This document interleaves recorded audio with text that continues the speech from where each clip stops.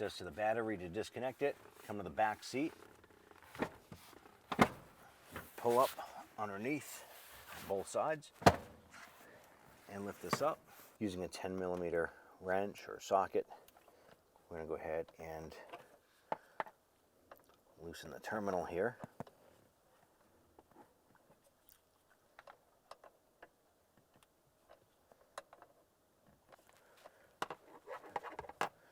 Once this is loose, I'm going to go ahead and slide the terminal off.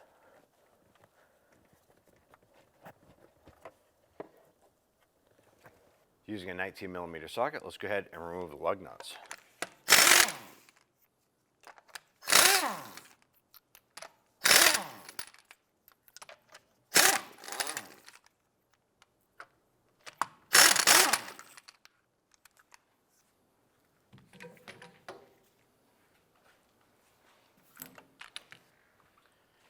Go ahead and grab the wheel, remove it, and set it aside.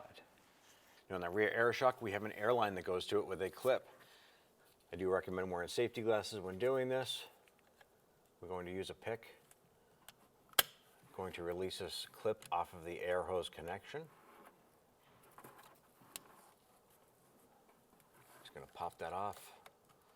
You can slide it back or remove it altogether and disconnect the hose.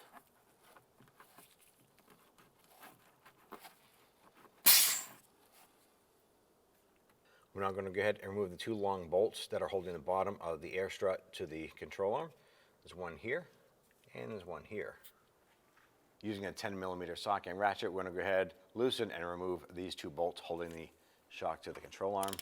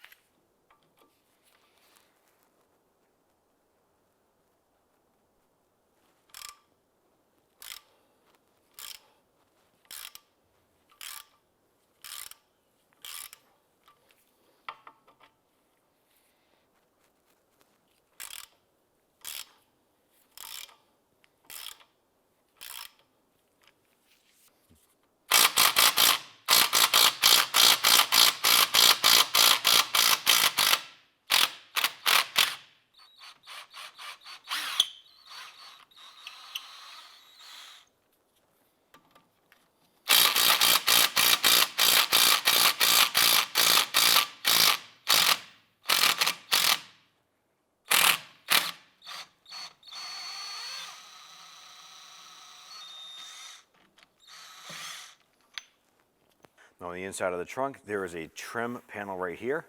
There's a plastic button right here. I'm going to go ahead and use our trim tool remover and pop this out.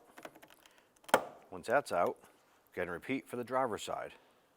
There's a third plastic button right here that holds two pieces of our trunk trim together. Use your trim tool. Go ahead and pop that one out.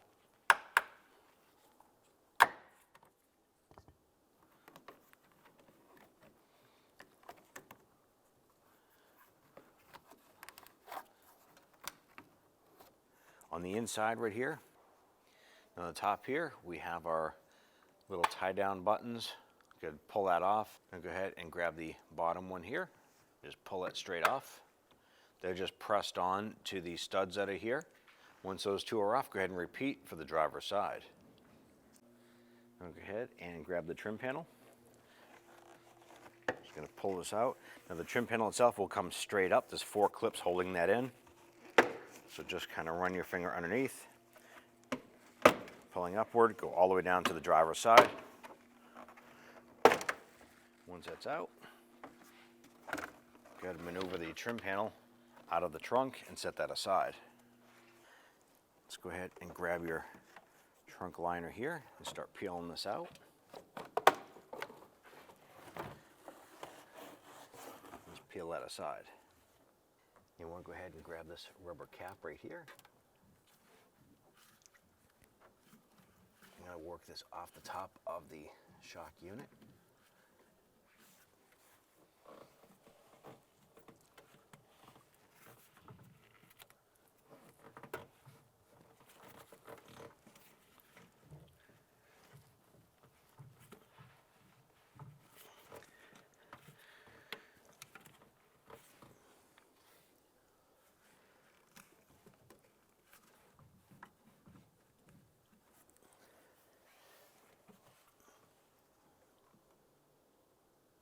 Using a 13mm deep socket, we're going to go ahead and remove this nut here. And there's a nut on the back side. This should release that shock and allow it to come out from the vehicle.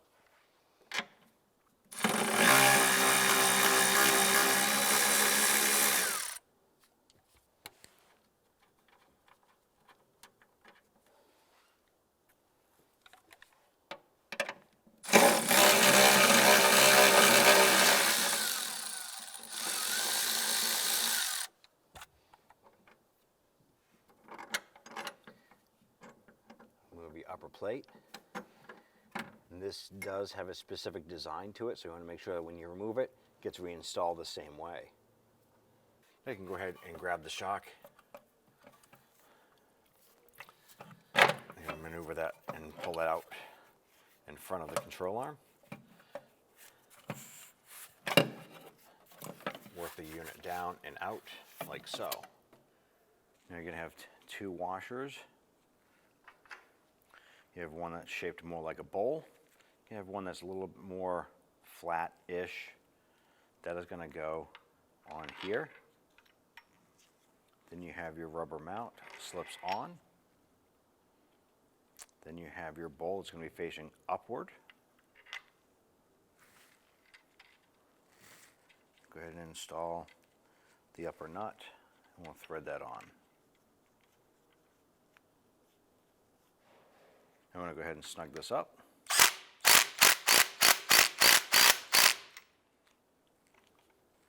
Now on the original shock, there are these little screw lock tabs here.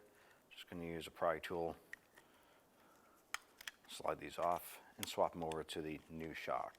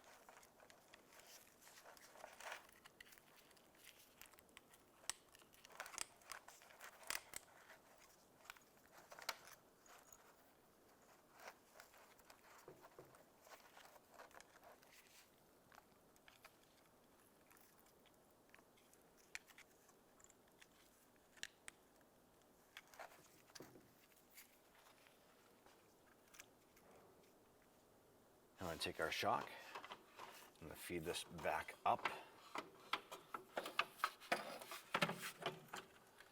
Get the top part of the shock lined up into the body.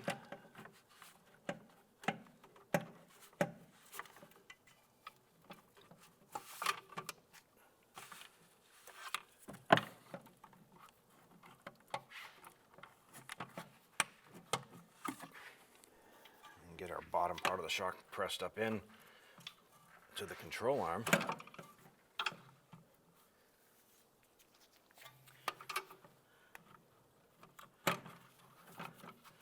Once the shock is set in the control arm, let's go ahead and install our two lower bolts.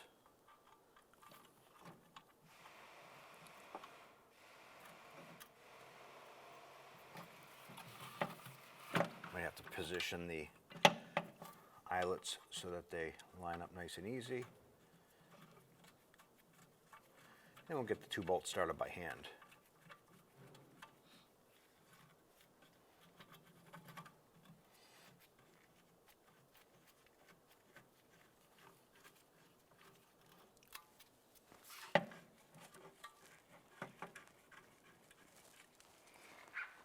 There we go.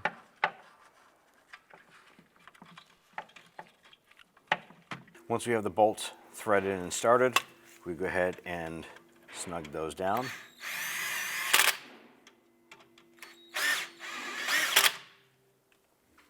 We have a jack underneath the control arm, and we're going to go ahead and lower the body down so we can go ahead and put the shock up into it. So we're going to go ahead and slowly lower the body down.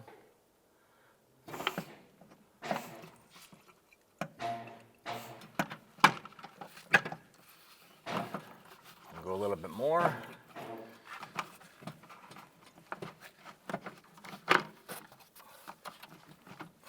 little bit more. We'll squeeze this in there.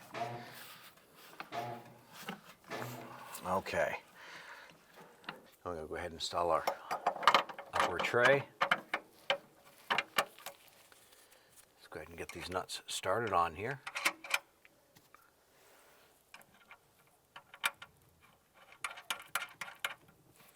I'll go ahead and snug those down.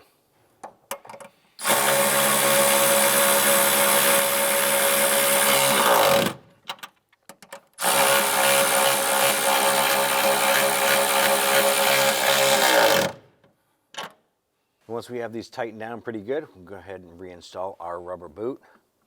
It does have a little mark on here that says out with an arrow. That out means out towards the fender. And just set that on.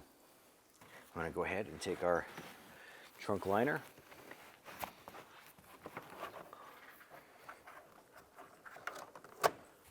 And work this back up into place.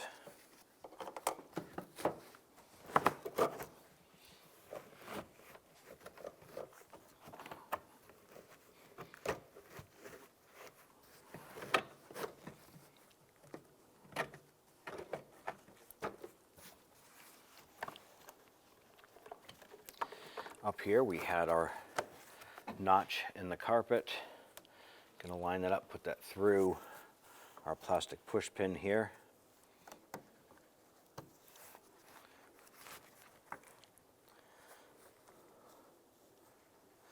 We want to get our button installed here.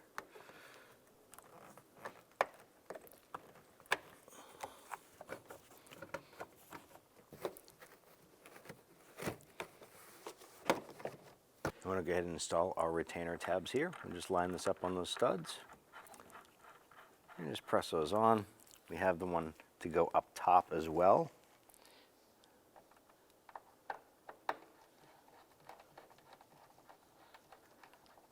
Once these two are on, go ahead and repeat for the driver's side. Before we reinstall our plastic sill plate, I want to go ahead and take our spare tire cover. We're just going to pop that up and we're going to slide that forward. Now we're going to take our plastic sill plate, fit this in, bring this back into position.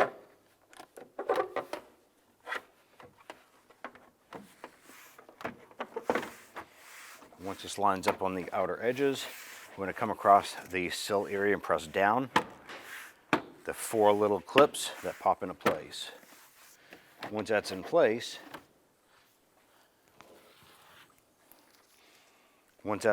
we can now install our plastic push pins. We have one on the passenger side here, and one for the driver's side. Once our sill plate is in, go ahead and grab your spare tire cover. Line that up. I want to go ahead and zip tie up the air line here in case you decide to reinstall an air system later on down the road. You still have the factory component there.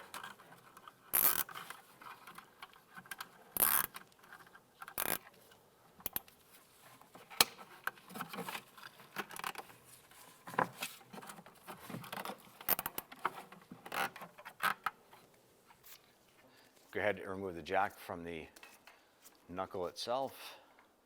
Remove that. Let's go ahead and install our battery terminal here. Press it down into place. Let's go ahead and snug down our 10mm nut here.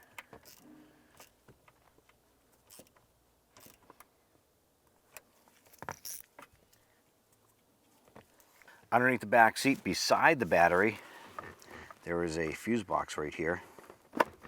Let's go ahead and open this up. And what we're looking for is the relay for the compressor for the rear air suspension. That should be number 53, which translates into this unit right here. We're simply going to wiggle this unit and remove this unit from the fuse box.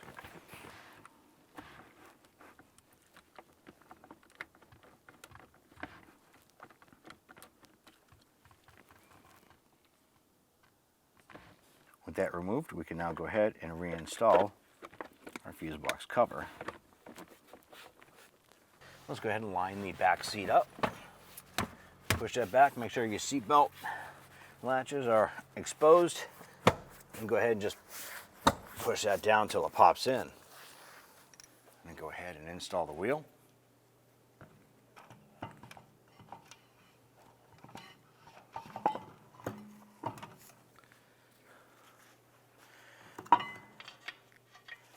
And get all the lug nuts started by hand, and then we'll go ahead and snug those down.